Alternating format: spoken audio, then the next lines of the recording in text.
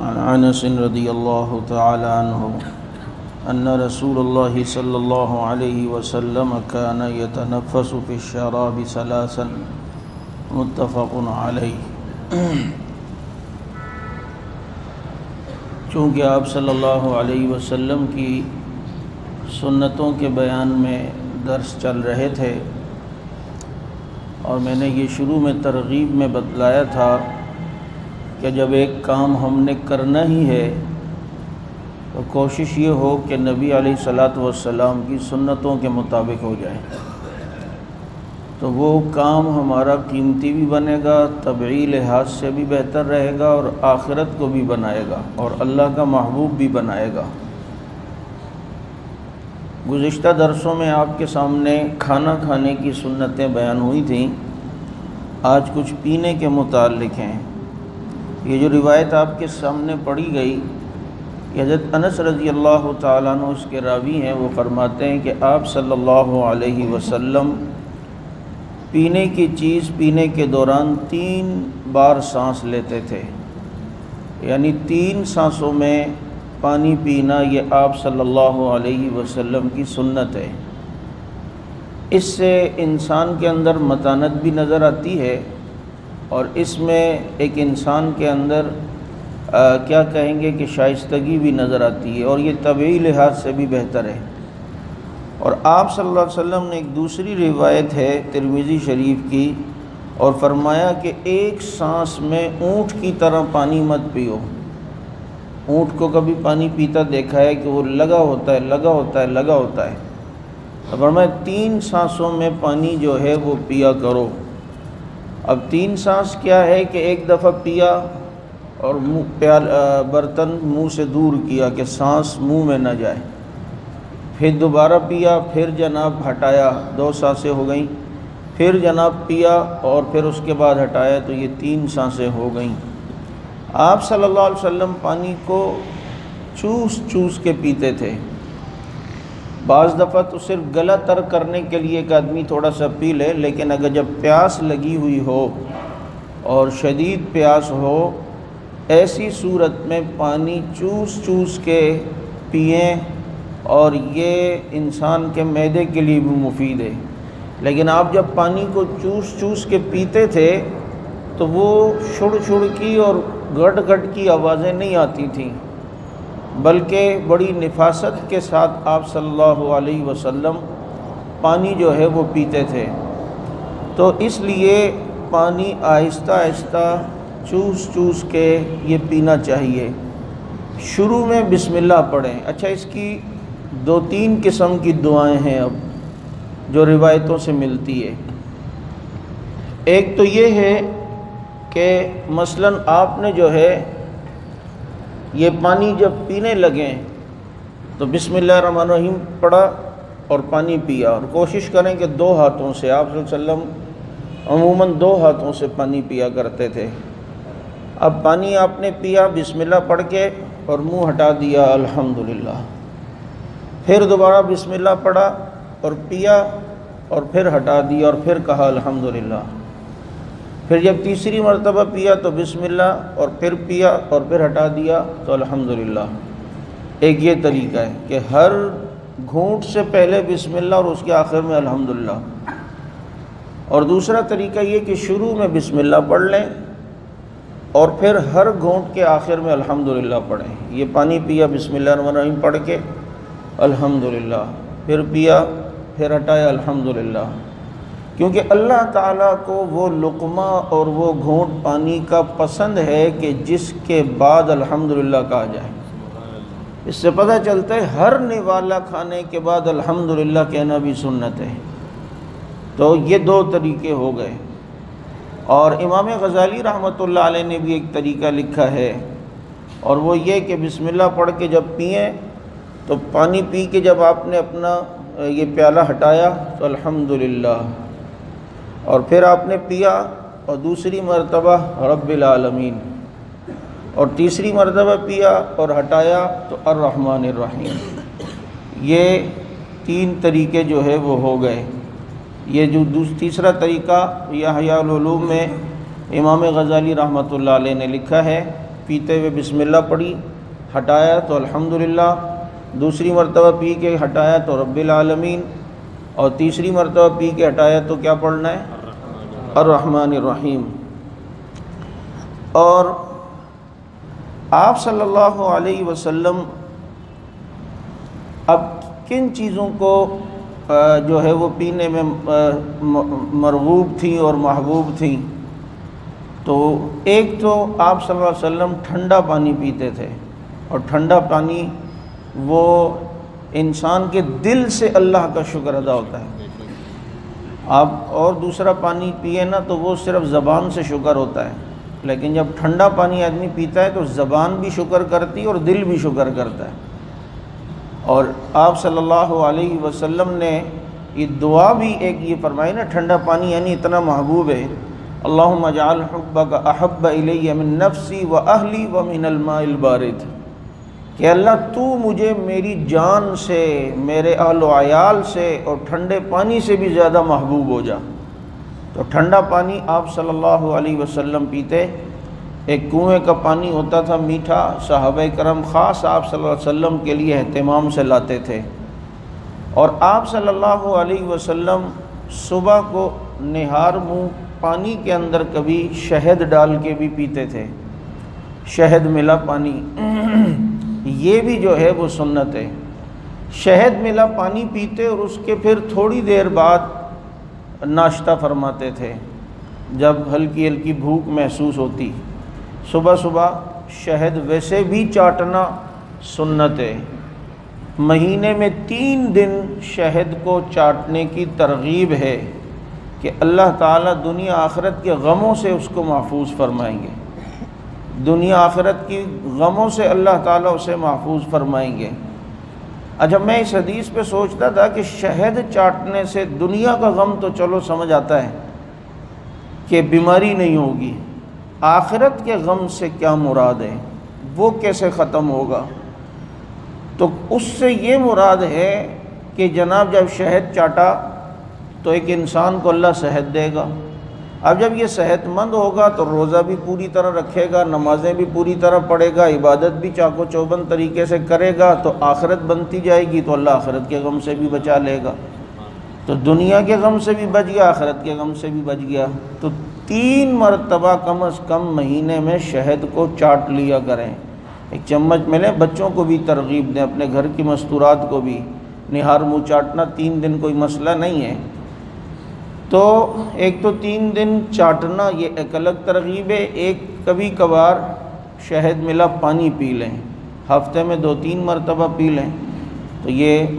جو ہے وہ ٹھیک ہے۔ اچھا، شہد کی ایک تاثیر ہے، اس کو ویسے اگر چاٹیں تو تاثیر میں گرم ہے، اگر پانی میں ملا لیں تو یہ شہد ٹھنڈا ہو جاتا ہے، اس لیے گرمیوں میں خاص کر اس کا اہتمام ہو کہ نہار منہ پانی کے اندر ڈال کر اسے پیا جائے۔ دوسری چیز جو آپ صلی اللہ علیہ وسلم کو مرغوب تھی وہ نبیذ،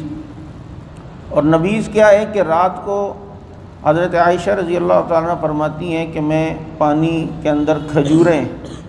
وہ رکھ لیتی تھی، اور صبح کو وہ پانی آپ صلی اللہ علیہ وسلم نوش فرماتے تھے، 3، 5، 7 طاق عدد میں کھجوریں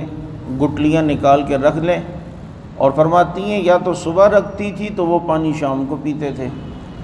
لیکن اس میں علماء نے لکھا ہے کہ احتیاط ہو کہ صبح اس کو پی لے،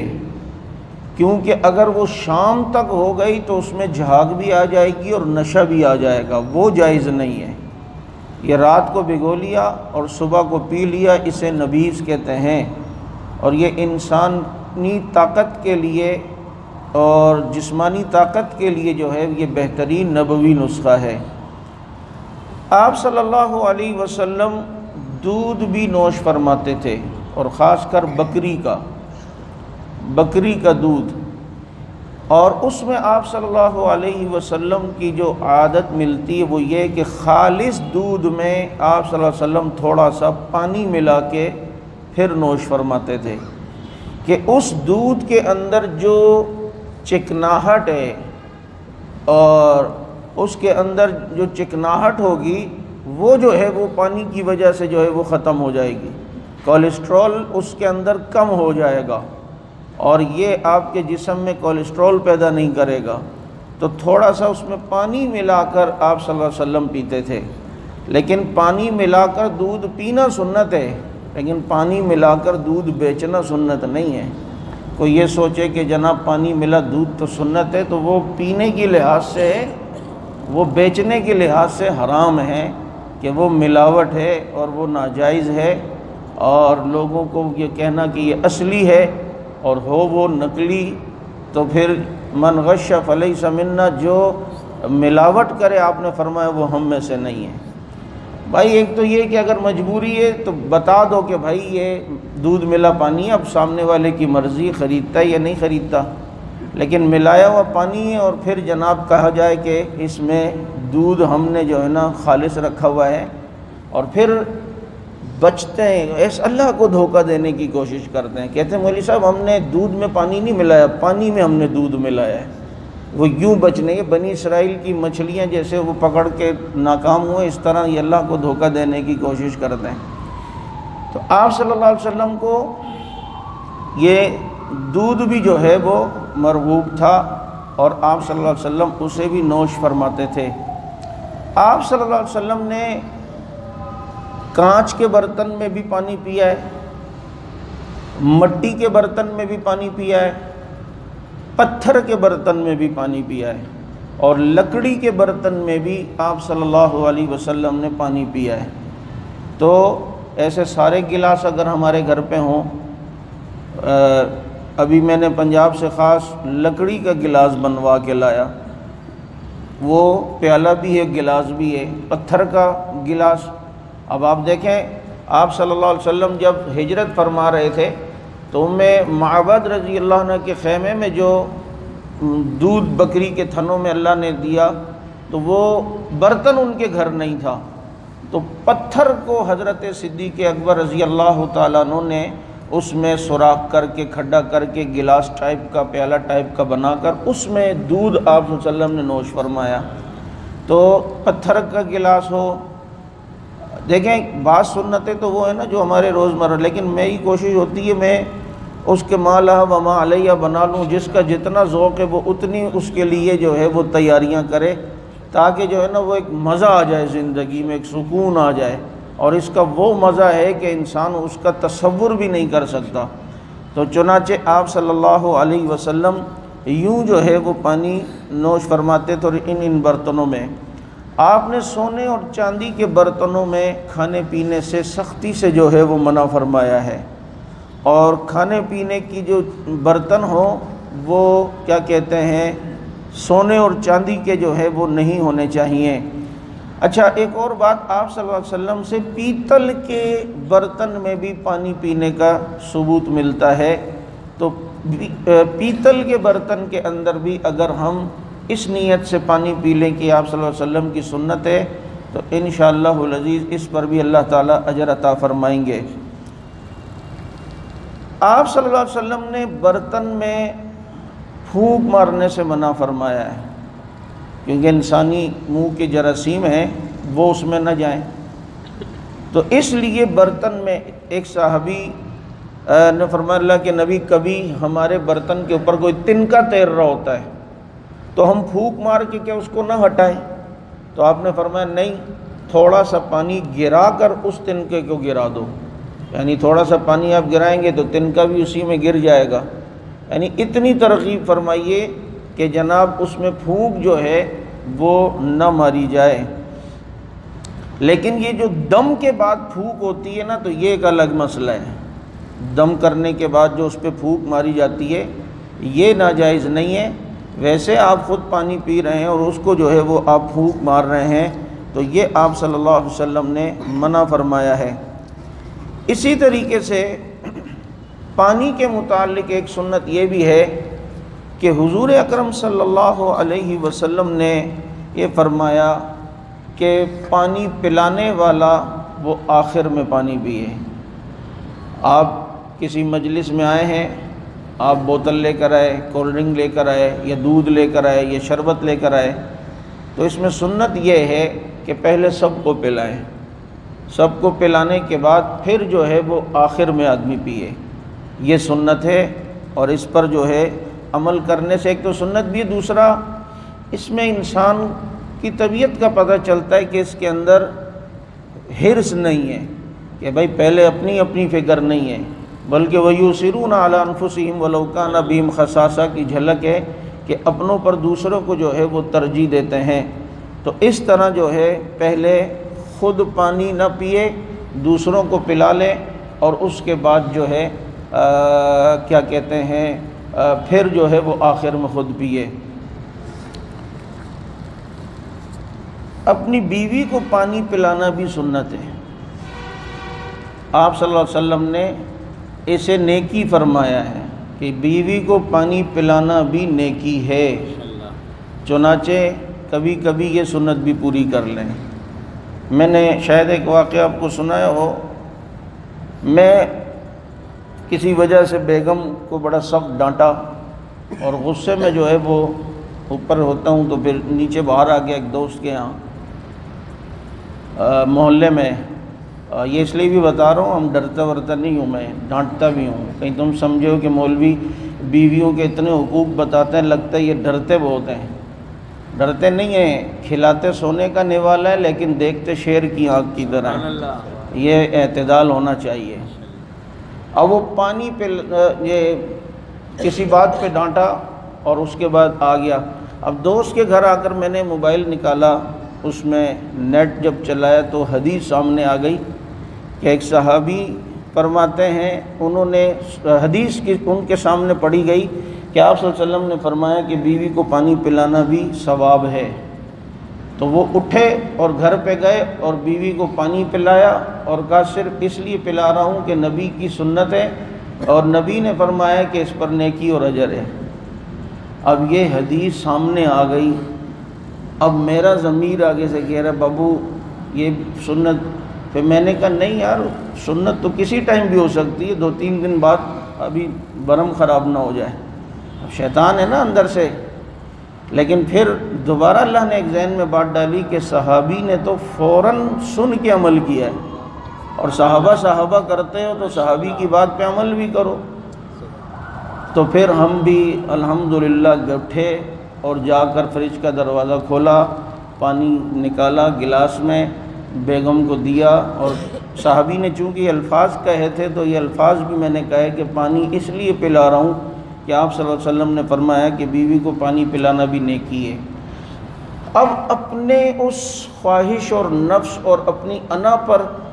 جب پتھر رکھ کر یہ سنت آدمی پوری کر رہے تو مجھے بتائیں اس کے بعد اللہ تعالیٰ قلبی سکون کتنا دیتے ہیں، کتنا اللہ تعالیٰ سکون دیں گے، اور اس وقت ہی بعض دفعہ رب کی طرف سے کچھ بڑے فیصلے ہو جاتے ہیں، کیونکہ ایک انسان جو اپنی انا کو مارتا ہو، یہ اللہ تعالیٰ یہ انا جو مارتا ہونا یہ عمل اللہ کو بہت پسند ہے۔ تو بہرحال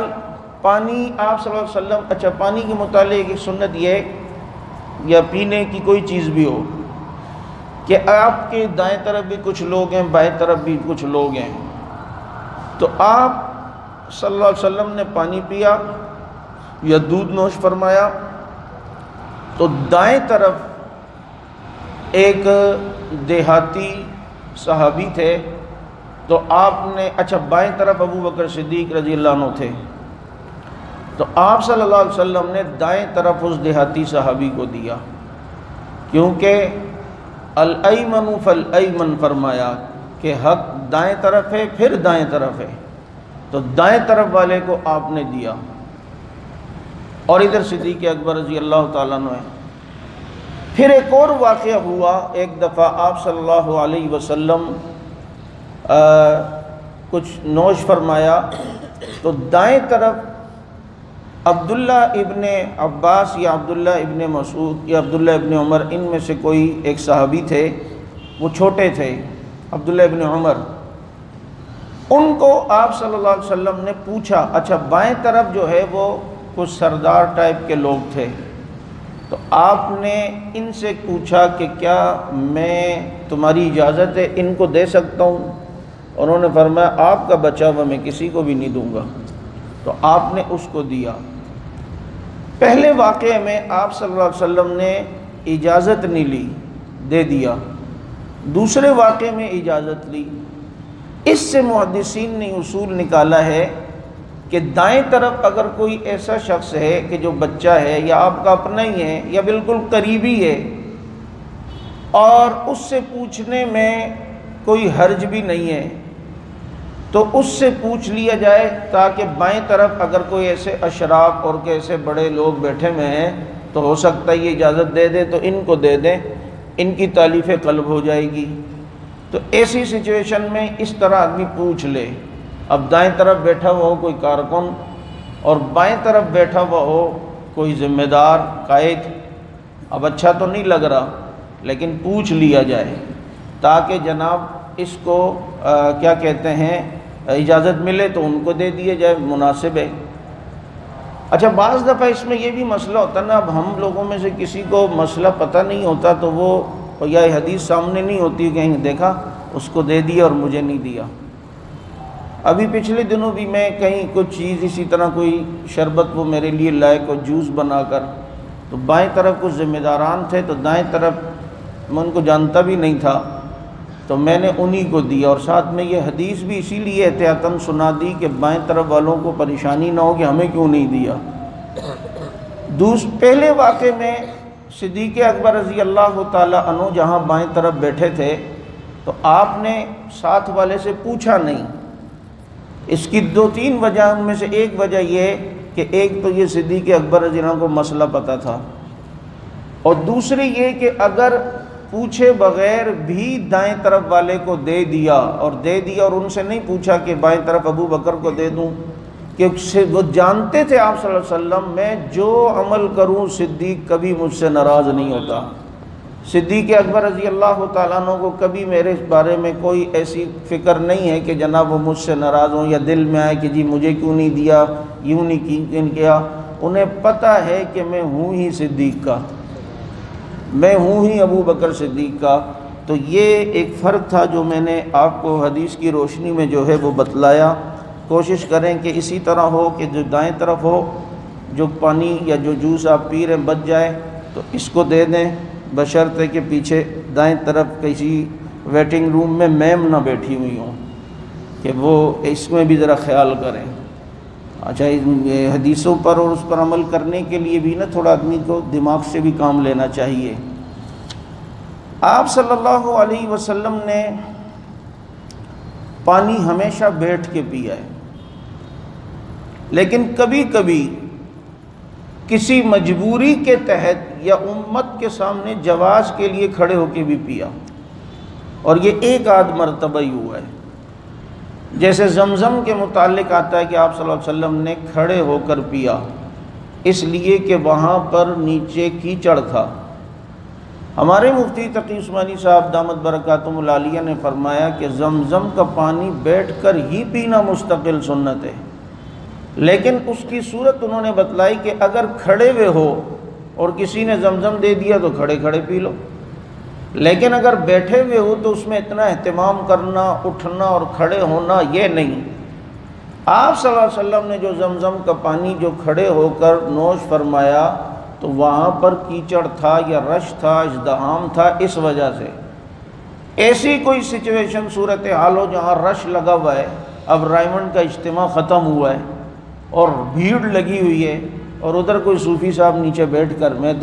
تو وہ ایک کی لات وہاں لگے گی دوسرے کی وہاں، اور یہ فٹ بال بنتے گنتے کہاں جائے گا۔ تو اس لیے اس میں بعض صحابہ کا اس طرح کے حالات میں چلتے چلتے پینا بھی ثابت ہے، چلتے چلتے کھانا بھی ثابت ہے۔ وہ عالم لوگ تھے کہ بھائی پتہ ہے کہ اب بیٹھنے کی جگہ ہی نہیں ہے، اب طواف کے دوران رش لگا ہوا ہے یا عرفات کے میدان میں یا رمی کے لیے جا رہا ہے